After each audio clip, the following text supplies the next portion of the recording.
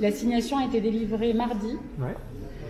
Les occupants ont été très diligents, ils m'ont contacté mardi soir, j'ai pu leur donner un rendez-vous mercredi matin et bien évidemment c'était compliqué de préparer une défense en si peu de temps, d'autant que j'avais une audition devant le juge d'instruction hier après-midi.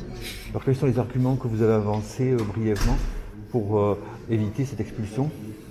Mais déjà, il y a des arguments juridiques très forts parce que la voie de fait n'est pas caractérisée. Hein. C'était un bien qui était désaffecté, qui n'était pas clôturé, ce qui permet d'en conclure qu'il n'y a aucune voie de fait qui a été commise. Donc, il est sollicité aujourd'hui le fait que le délai de 2 mois qui doit normalement être accordé pour une expulsion ne soit pas appliqué.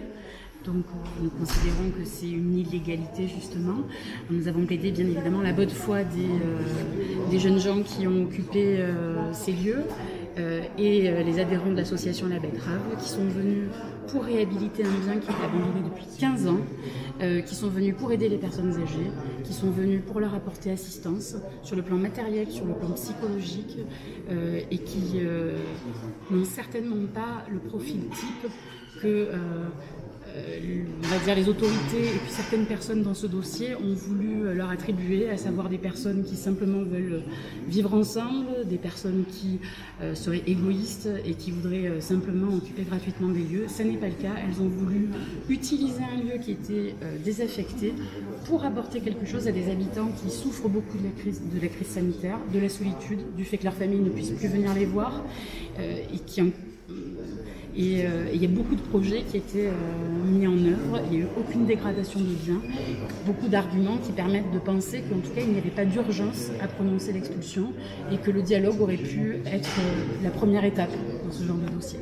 Bien évidemment, la crise sanitaire elle est au cœur de ce dossier parce qu'elle génère de la précarité non seulement chez les adhérents de l'association qui se sont rendus compte qu'en étant nombreux on pouvait trouver des solutions économiques parce que par exemple faire des courses pour soi seul c'est pas la même chose que les faire pour plusieurs, ça génère des économies et ils pouvaient aussi apporter eux par contre aux habitants qui sont encore une fois dans la campagne, parfois dans des lieux isolés, ils pouvaient apporter au contraire leur jeunesse, leur force de travail, leurs bras et leur apporter voilà, ce soutien-là et que ça pouvait être une solution qui serait positive pour tout le monde, pour les habitants et pour les adhérents et pour ceux qui étaient moteurs du projet. L'objectif c'est de pérenniser leur installation. Bien évidemment, ils ne s'imposeront pas parce que c'est un projet qui était positif. Le point de départ, ça devait être le dialogue. Donc ils ne s'imposeront pas, la question n'est pas là. C'est un projet qui compte pour eux, il y a un soutien très fort de la part des habitants. Moi j'ai reçu 10 attestations dans la nuit que je n'ai pas pu produire. J'ai produit d'autres attestations. Il y a de nombreuses personnes qui m'ont contacté, qui m'ont dit on a besoin de ça. Donc là on est au début peut-être d'un dialogue, je l'espère. Peut-être avec la mairie.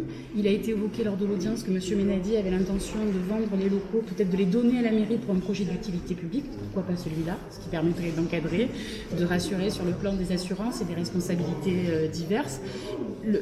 Encore une fois, pour moi, ce qu'il y a d'important de dire, c'est des personnes qui ne veulent pas s'imposer. Ce ne sont pas des délinquants, ce ne sont pas des personnes violentes, c'est des personnes qui portent un projet et elles feront tout pour que ce projet puisse voir le jour, pour se pérenniser, mais de façon amiable, dans la paix, de façon pacifiste et dans le dialogue.